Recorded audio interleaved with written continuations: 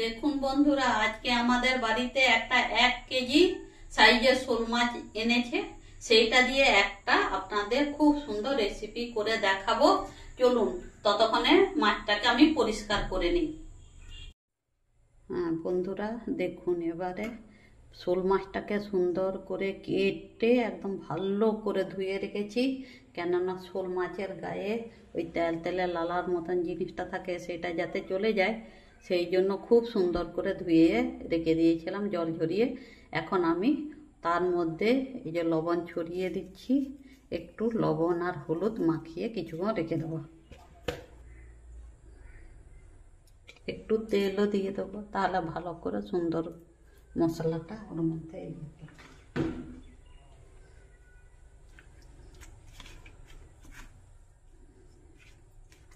সুন্দর করে হলুদ আর লবণ দিয়ে মাখিয়ে এখন কিছুক্ষণ রেখে দেবো। তারপরে আমি করব। এই দেখুন, মাছ ভাজার জন্য তেল দিয়ে দিলাম, একটু তেল বেশি করেই দিলাম, ভাজাও সুন্দর হবে এবং এই তেলে পরে রান্নাটাও হবে। তেলটা পুরো গরম হয়ে গেছে, দেখুন কালার চেঞ্জ করে দিয়েছে। এই সময় একটু লবণ দিয়ে দেবো যাতে মাছগুলো তলাতে না লেগে যায়। এবারে একে একে সব পিসগুলো ভেজে তুলে নেব।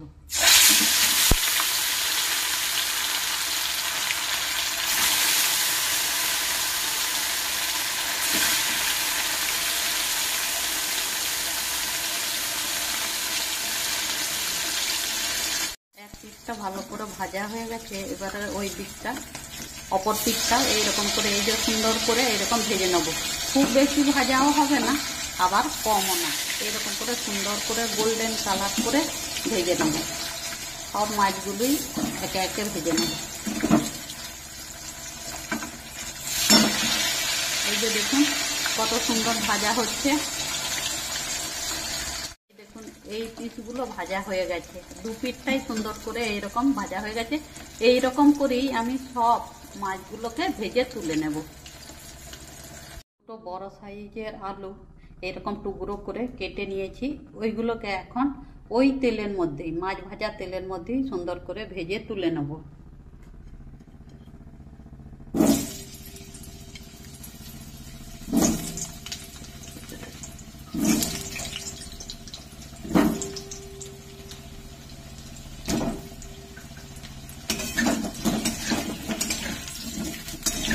এই পেস্টের মধ্যে টমেটো একটা মাঝারি সাইজের পেঁয়াজ ছোট ছোট করে কেটে দিয়েছি, আদা, রসুন আর পরিমাণ মতো লঙ্কা, এই সব নিয়ে এই পেস্টটা করা হয়েছে। এবারে শুকনো মশলার মধ্যে লঙ্কা গুঁড়ো, ধনে গুঁড়ো, জিরে গুঁড়ো, এতটা পরিমাণে হলুদ গুঁড়ো দিয়ে ওটাকে পেস্ট বানিয়ে নেব। এই যে আলুগুলো খুব সুন্দর করে লাল লাল করে প্রায় ভাজা হয়েই গেছে, এবারে আমি এগুলোকে তুলে নেব। সুন্দর করে এই যে কষা হয়ে গেছে আলুগুলো, এবারে আমি তুলে নিচ্ছি। ওই তেলের মধ্যেই একটা বড় পেঁয়াজ কেটে রেখেছিলাম, সেইটা আমি ভেজে দেব। আমি ফোড়নে কিছু দিচ্ছি না, কেননা আমি গরম মশলা দেবো বলে আর ফোড়নে এখন কিছু দিচ্ছি না। পেঁয়াজটাকে সুন্দর করে ভেজে নেব। পেঁয়াজগুলো এই যে মোটামুটি ভাজা হয়ে গেছে, এই সময় একটা গোটা টমেটো পাতলা পাতলা করে কেটে সেটা দিয়ে দেবো। দিয়ে দিলাম, এবারে এটাকে ভালো করে ভেজে নেব যাতে পেঁয়াজটা নরম হয়ে যায়। তার জন্য সামান্য একটু লবণ দিয়ে দেবো, তাহলে পেঁয়াজটা টমেটোটা যাতে তাড়াতাড়ি লবণ হয়ে যায়, সেই জন্য সামান্য একটু লবণ দিয়ে দেবো, তাহলে টমেটো তাড়াতাড়ি ভাজা হয়ে যাবে। অল্প দেব।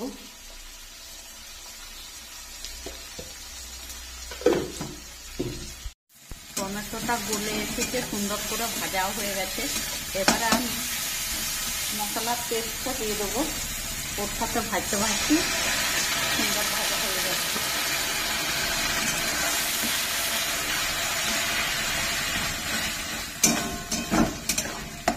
সুন্দর করে ভেজে নিচ্ছি।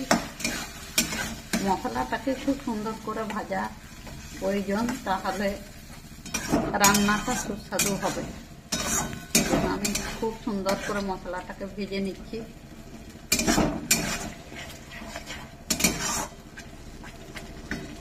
টমেটোটা ভালো করে কষা হয়ে গেছে, এবারে এই মশলাটা দিয়ে দিচ্ছি।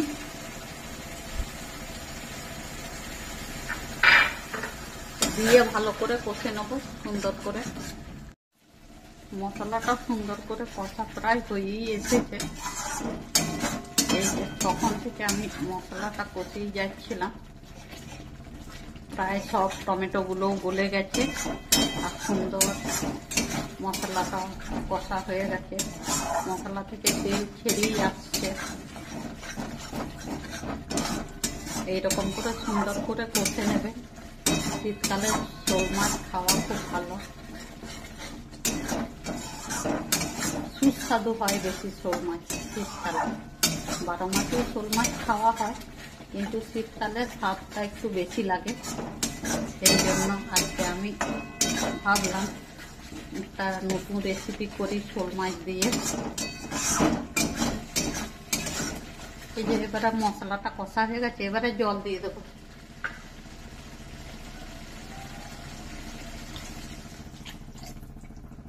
এবারে এই কষে রাখা আলুটাও দিয়ে দিলাম। ওটা ততক্ষণে একটু সিদ্ধ হয়ে যাক।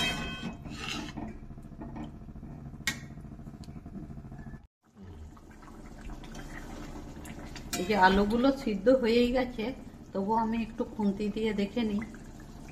এই যে আলুগুলো একদম সিদ্ধ হয়ে গেছে, একটু হলেই ভেঙে যাচ্ছে, হয়ে গেছে। এবারে মাছটা দিয়ে দেবো। এই যে মাছের চাকাগুলো এত সুন্দর করে ভেজে তুলেছি, এটা আমি একে একে ছেড়ে দেবো।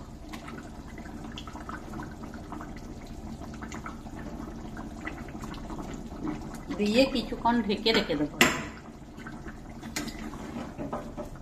এই যে সুন্দর করে ডুবিয়ে দেবো যাতে মশলাটা ওদের মধ্যে ঢুকে। মাছের মাথাটাও দিয়ে দিচ্ছি, দিয়ে ভালো করে যাতে ডুবে যায়।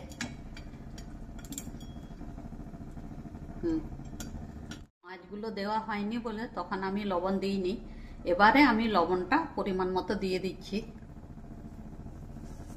কেননা আগে থেকে লবণ দিলে ঠিক আন্দাজ হয় না, তাই এখনই আমি লবণটা দিয়ে দিলাম। এবারে লবণটা দেওয়ার পর আমি সুন্দর করে নাড়িয়ে নেব, যাতে সব পিসগুলো বা সব ইয়ের মধ্যে সুন্দর করে ঢুকে যায়। আর আমি ঢাকা দিয়ে রেখে দেবো কিছুক্ষণ।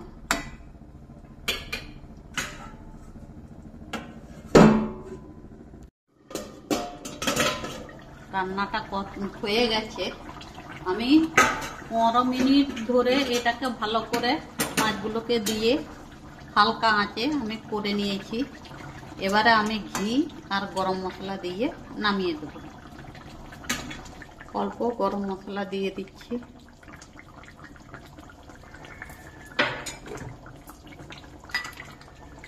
আর অল্প ঘি দিয়ে দিচ্ছি।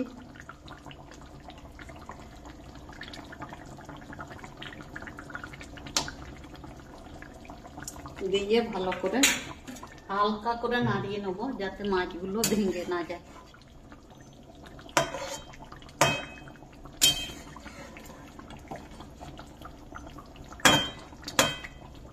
দিয়ে কিছুক্ষণ ঢেকে রেখে দেবো।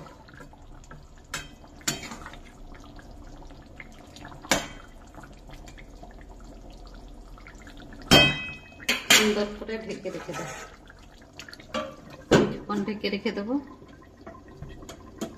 বন্ধুরা, তৈরি হয়ে গেল শোল মাছের রসা। এইভাবে বাড়িতে বানিয়ে খাবেন, দেখবেন ছোট থেকে বড় সবাই খুব পছন্দ করবে। আর রান্নাটা কত সুন্দর কালার এবং কত সুন্দর হয়েছে, খেলেই বুঝতে পারবেন, দেখেই বোঝা যাচ্ছে যে কত টেস্টি হবে খাবারটি।